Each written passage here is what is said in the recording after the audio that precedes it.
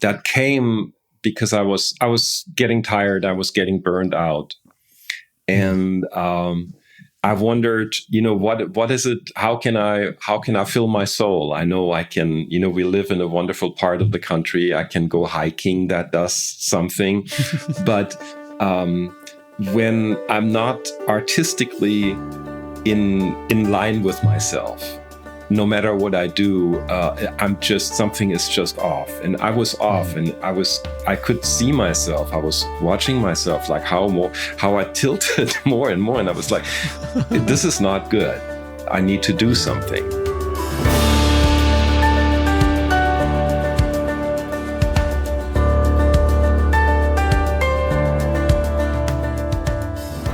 What is happening, everybody? This is Dave Croft, and welcome back to another episode of the 52 Cues podcast, helping you grow your career in production and library music. If this is your first time here, welcome. Whether you're watching on YouTube or listening to the audio on the go, I just want to thank you for spending part of your day here with me. I also have to give a huge word of thanks to the family, friends, and patron subscribers of 52 Cues who really do keep all of this happening. We are 100% community supported, so you're not going to hear any embedded ads for mattresses or meal plans. But if you want to learn more about how you can help support 52 Cues while also unlocking subscriber perks like live streams, workshops, mentoring, and coaching sessions, be sure to click on the links in the description for more information.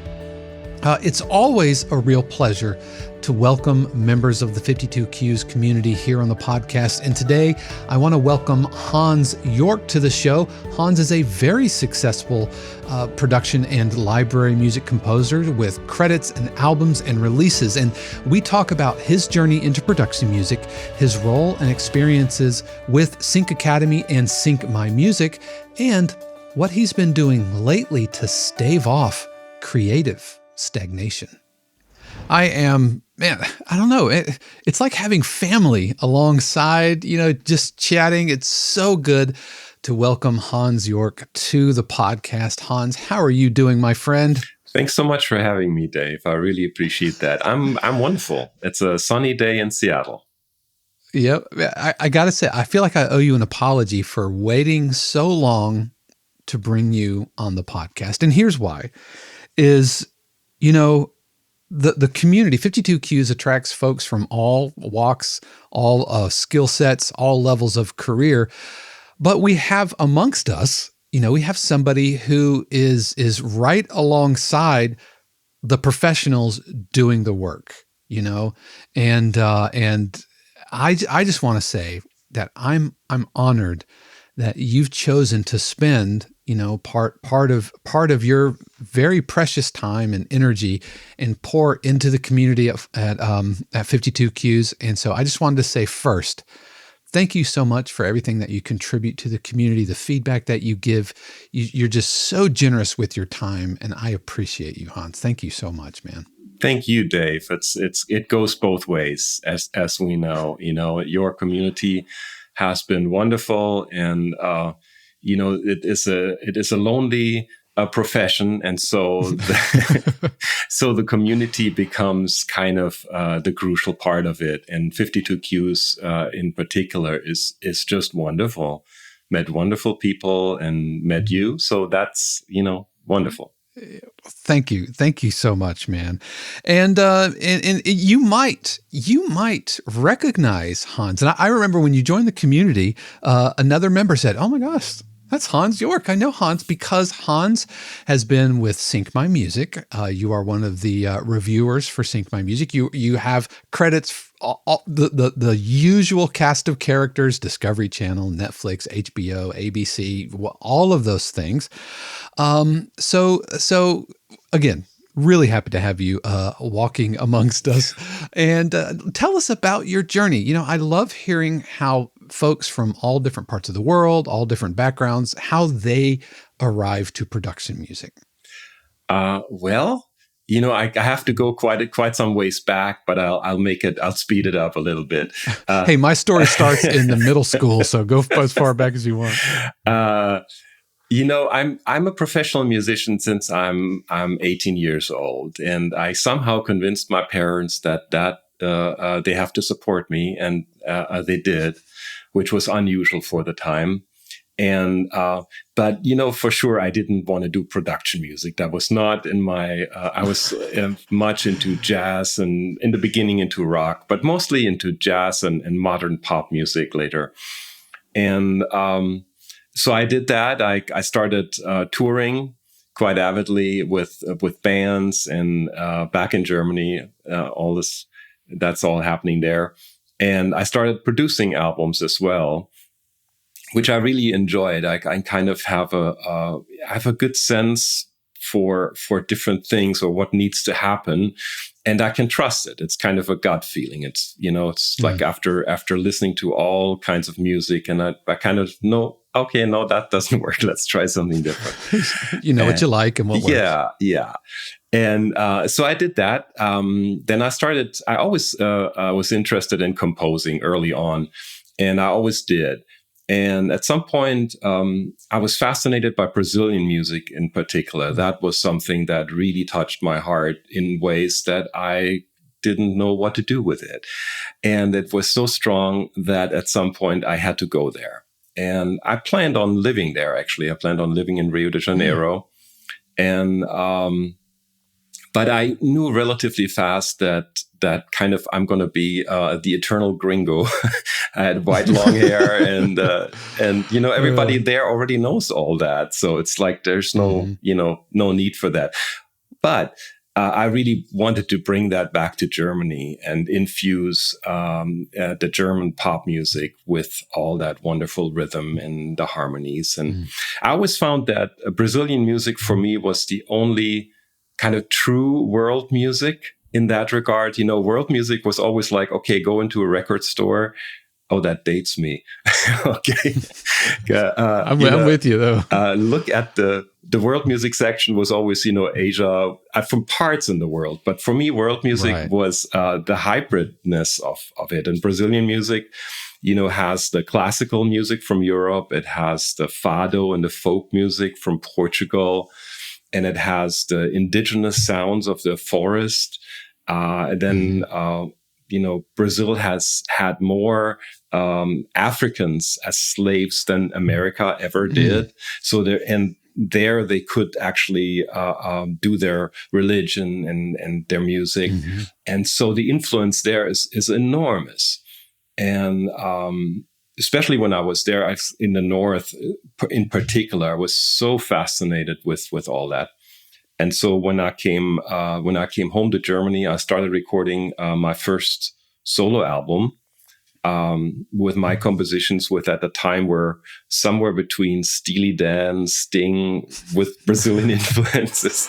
So I know some great musicians on there. We spent I recorded in a little village at the end of a valley, 80 miles from Frankfurt. It was perfect, and the album flopped dramatically.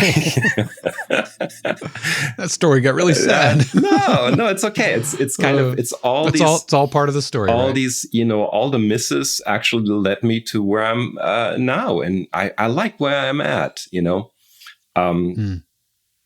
So, then at some point I recorded the second album in Germany, which flopped as well. It was just not the time for that.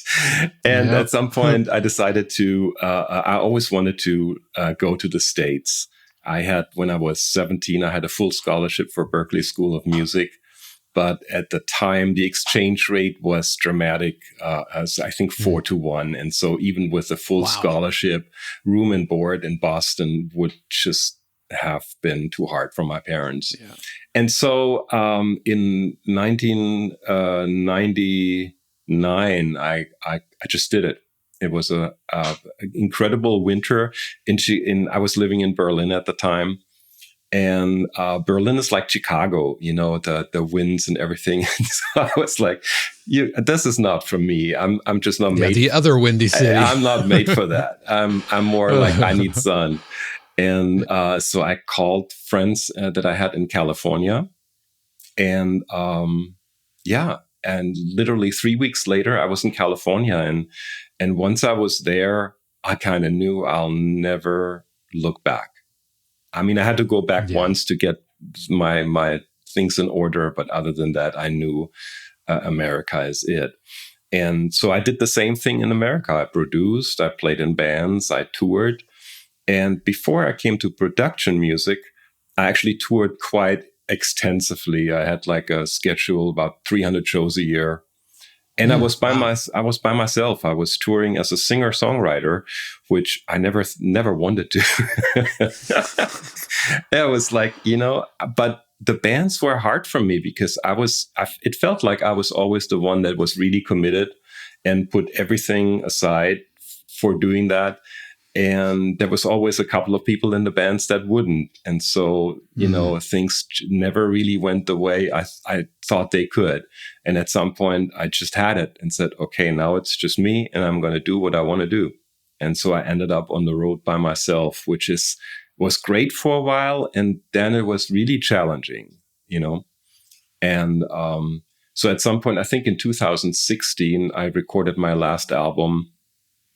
But at the time it was already, Spotify was already really avid. And once somebody said at the concert, man, Hans, I got your new album on Spotify. It's great. I said, yeah, now listen to this one song about 1,000 times. And then I get a coffee. Right. Exactly. Maybe I can get some McNuggets. Yes. And so I knew kind of, because, I never made it that high or that far that I could actually sustain doing the touring without, selling product. And, CDs were just not going anymore. And at the time I was tired also. And I wanted to, I wanted to be home, and home studio was perfect for that. And when COVID came, I was already doing production music, and I found Jesse, SyncMyMusic, online somewhere. I listened to him. And he fascinated me, kind of like I knew he was speaking the truth, and he was honest and kind, but also like very determined. And I really appreciated that. So I started, I joined his community.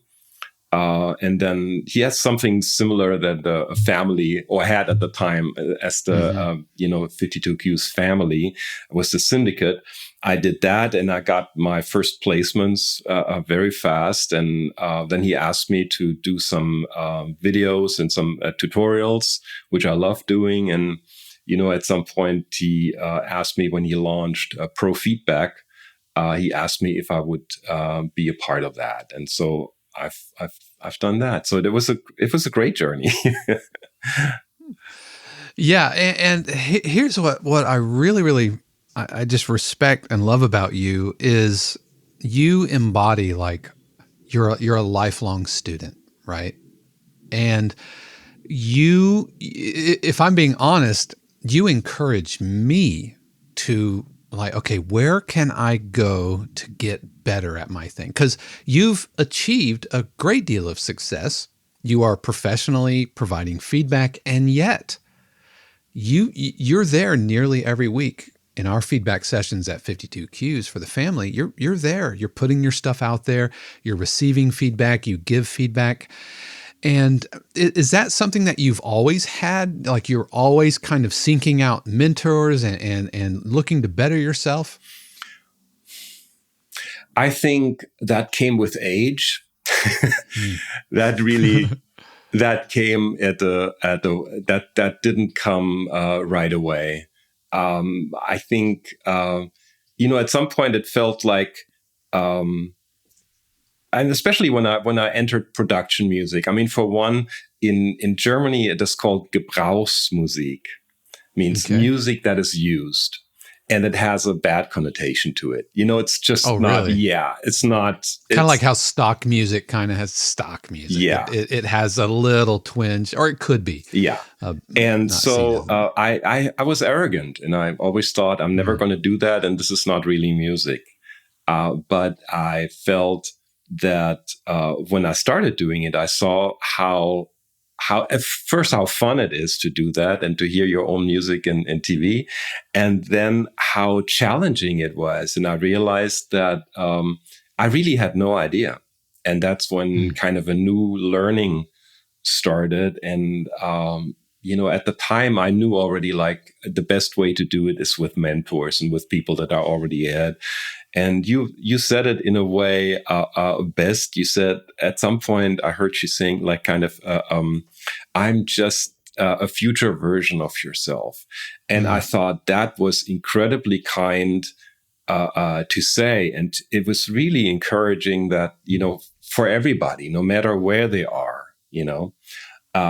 now. I'm a little older, so I don't know how much future I do have, but I certainly am grateful for spending it with likes like you and within the 52 Qs community, where I make new friends and I learn something every time I'm there. My mom was a teacher, so it's like this is an eternal. For me, education is kind of a. My mom was a teacher. My grandmother was a teacher. My aunt was a teacher, and I come from a long lineage of teachers. So it doesn't surprise me at all that you have teaching in your blood at all. Well, let's tell us a little bit more about just your experience with SyncMyMusic, and for anybody just curious, because I've not been in that community. For anybody curious, where do you see 52 Qs and SyncMyMusic? Where are the differences? Where can they kind of work together? Because I believe that not one community has all the answers. 52 Qs isn't for everybody. I don't have all the answers, but I think together we are better, and that there is room at the table for absolutely everybody. But since you are so familiar with SyncMyMusic and Jesse and everything that he does over there, can you tell us a little bit about that community and how it could dovetail in with what we do here at 52 Qs? I was always thinking that it would be great for those two communities to come together. In some ways, it's different. I think you are, to some degree, you are more a teacher. I mean, Jesse is a teacher, but he's mostly like doing production or did production, when he's coming back right now. He's just told me, he was like, man, finally he's working on writing again, which is great. He has that's good to hear. Yeah. He has a wonderful style, and I really love his stuff. It's coming more from the rock, but he's a drummer as well. So that was interesting, knowing that you are a drummer. And I thought, what is it with these drummers that are just directing everywhere? And they are directing. It's like, in some ways you do what you do in a band. The drummer is the director. Period. Yep. If the drummer isn't fully there, nothing happens. And we do it from the back of the stage. And you do it from everybody in front. Yes. So that is already a given. Now, I did not know of 52 Qs in the beginning, so I only knew about Sync Academy or SyncMyMusic at the time. And Jesse has his services based on a lot of tutorials that are out there. So literally in all departments, from the different styles, how to create a song from beginning to start, from beginning to the end, in usually four or five videos, and so in all kinds of different styles. Then the technical part about mixing, mastering. So there's really like in every style there's something there. Good.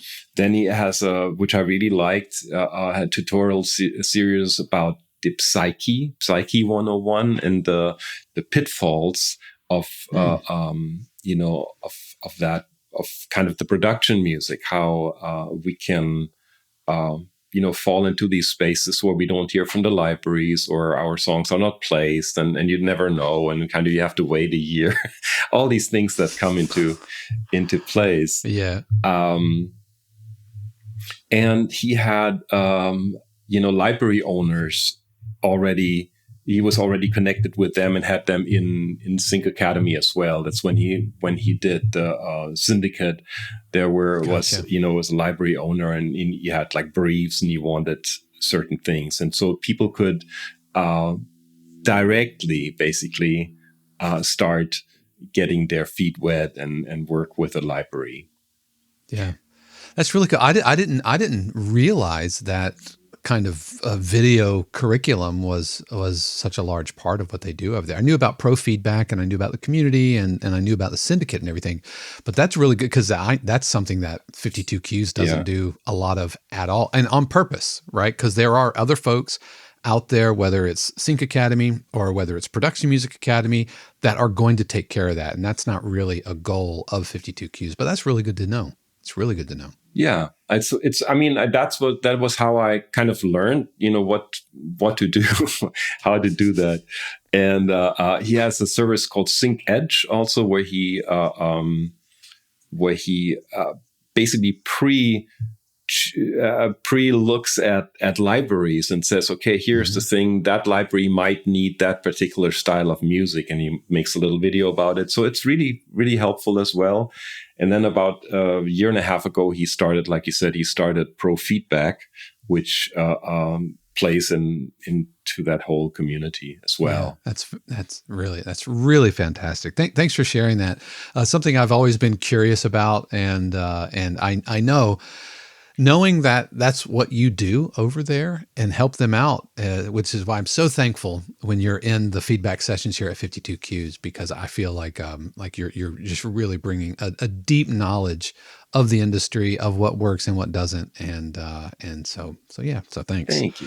One of the things that I've been enjoying of yours lately, and I want you to kind of talk through the process of how you got there. This is your YouTube channel. If you viewers and listeners, if you're listening, go check out Hans's YouTube channel. Just subscribe. It's really, really good, because Hans is really, really talented. But you've been doing these, I think you're calling them guitar poems. Talk a little bit about that. And was that kind of a reaction to feeling just wrung out in the production music lane, and you have to find your voice? Talk about that whole process. Thanks for asking. Yes, that was that came because I was getting tired. I was getting burned out, and I wondered, what is it? How can I fill my soul? I know I can. We live in a wonderful part of the country. I can go hiking. That does something, but when I'm not artistically in line with myself, no matter what I do, something is just off. And I was off, and I could see myself. I was watching myself, like how I tilted more and more. And I was like, this is not good. I need to do something. And so, I started just playing the guitar again, and it felt like, now I know again. Why am I a musician? Why was I so fascinated? Because at some point I grabbed a guitar, and that's it. That's what I want to do. And so I started, and I like, these days I like music that has space, kind of that. And I started playing these guitar little poems, and just like little pieces. Some were improvised at the time. Some others I had a little idea, but I was playing with the sound. I had this beautiful kind of a reverb and little echo with it. So I didn't have to do much. It just felt I could play a chord and could enjoy the way that the harmonic, what it does to me, right? And so all of a sudden I found myself in that artistic world again, and I love it. I mean, that's where I come from, right? And I know that we had conversations about the Artisan, which is kind of that's a necessity for production music. You can't, as an artist, you can't come in and stay the artist. You have to reinforce the artisan side. Now, what came to my aid, so to speak, is the current development of AI, right? Where it is more, it's necessary to bring in your own voice again. You have to up your game and bring in your own voice. And I felt like, I mean, I might not do the most popular music or like naturally that is placed anywhere, but I do have developed my own voice over all these years. And I'm grateful that nowadays I have tools in which I can share some of that. And, when I did these guitar poems, I really didn't care much about how, like, promotion or how many people watch them. If 20 watch them, that is totally fine with me, because I had decades in music where I had to do personal self-promotion. And, I nobody likes that, period. I don't know anybody of my colleagues that like that, but I became good at it. I became, let's say, efficient. I was doing okay. And so I knew this is not what I want to do, because I didn't want to look at it and feel like, I only got 23 views. That is bad, versus all the other thousands and thousands of views that some people get with their YouTube stuff. So I let that literally go and just did it for myself. But it's I totally get that. Yeah, because even I, I'll release an episode of the podcast and I'll refresh it and say, "Ooh, any new subscribers?" And you have to kind of just, this isn't why I do it. I don't. Yeah, there are many better ways to increase views on YouTube than like hour-long podcast episodes. Likewise, there's better ways. If that's your goal, then you kind of need to go down another path. But putting stuff out for yourself, putting stuff out for the handful of folks who are going to enjoy them, and I am one of those handful of folks. So I am. I don't want to put you on the spot, but please release these on Spotify. I want to listen to them. Out in the wild, in the car, and all that stuff. Actually, that was something. I did a selection of 12 songs that I'm planning to release, and one of the libraries that I'm working with was really interested in them, and they really liked them, and so I'm kind of. I'm in negotiations about, if this is a project where I would like to keep my name on it, to keep my name connected with it. They mean something to me other than, and that particular library, that would not work so far, but we are in negotiations, and, maybe that's where this is going. Right. But if not, I'll just release them the way they are. And, a very good friend of mine, a great guitar player, I talked to him and I said, well, I have to go back. Now I have to go back and re-record all those and really make it proper. And he said, what? No, just... I agree with that. Go in there and just get the sound of the video. I recorded, I didn't even record it into my Logic.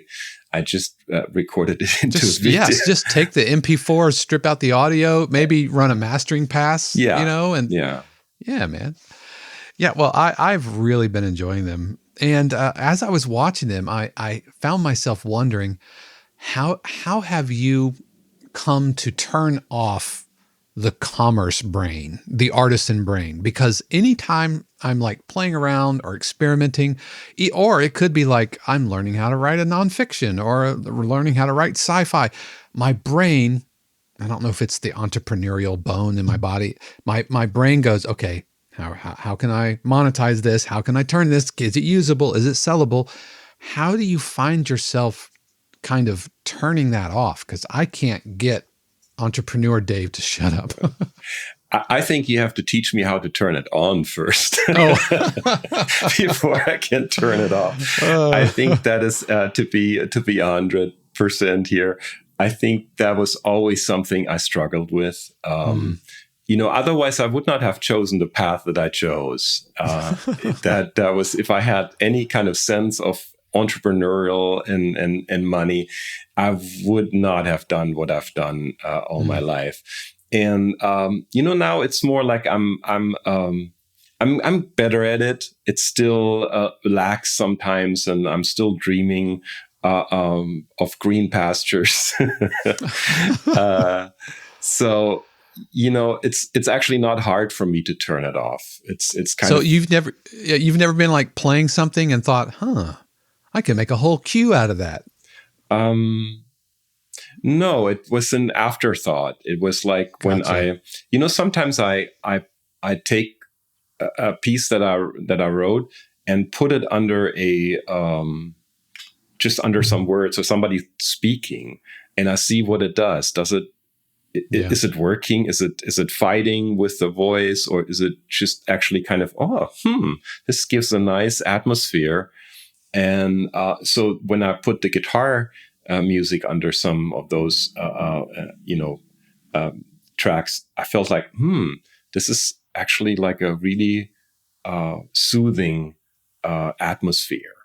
And I think these days also the reason why I did the particular style of music was that the world is crazy. The world out there is completely upside down. No matter where you look, I know America is very America-centric, but I'm a true immigrant. I'm neither German nor American anymore. But I look into the world, and it's everywhere. And I need that just to calm myself down sometimes. Yeah. Well, with your permission, I'd love to roll one of these here during the show. Would that be all right? Absolutely. All right. Absolutely. So we're gonna take a listen, and again, this is just a brief taste, but let's take a listen to one of Hans's guitar poems.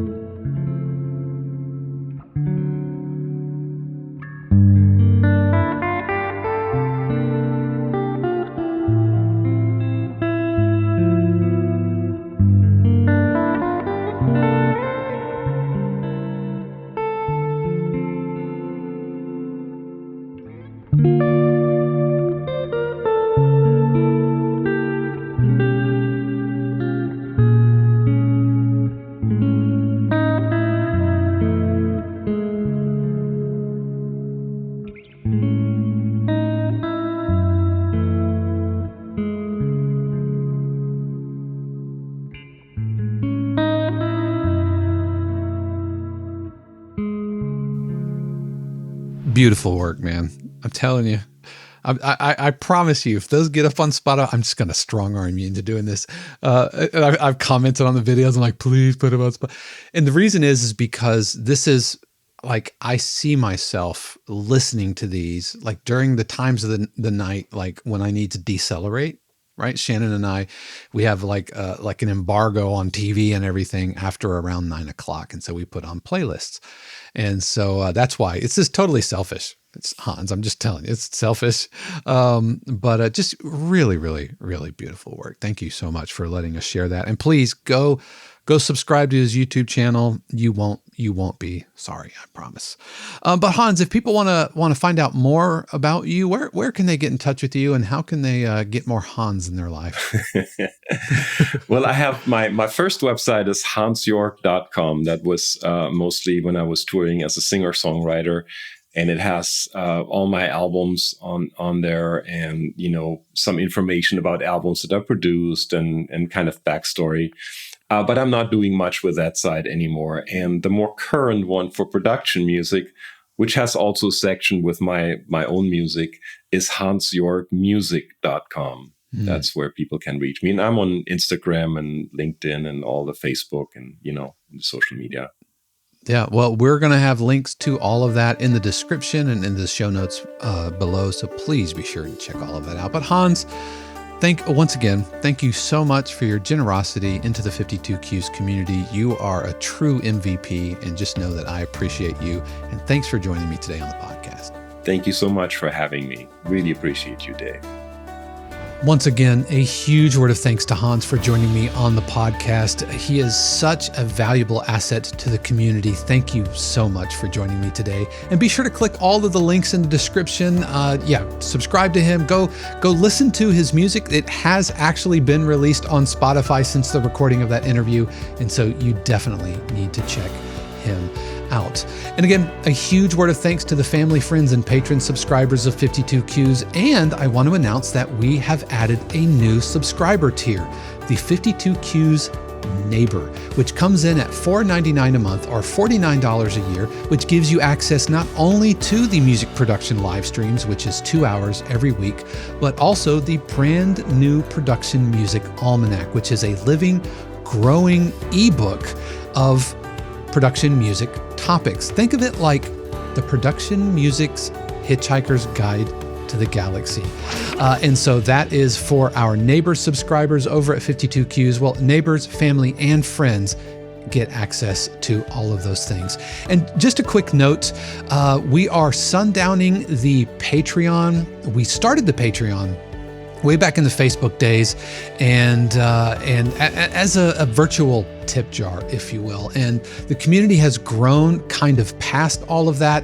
And so at the end of 2023, we will be shutting the Patreon down. And it's our hope that you join us over as a 52Qs neighbor, family, or friend. But that is going to do it for me this week. You definitely want to tune in next week, where I am joined by Jonas Friedman, who's going to tell us all about the world of being a composer's assistant.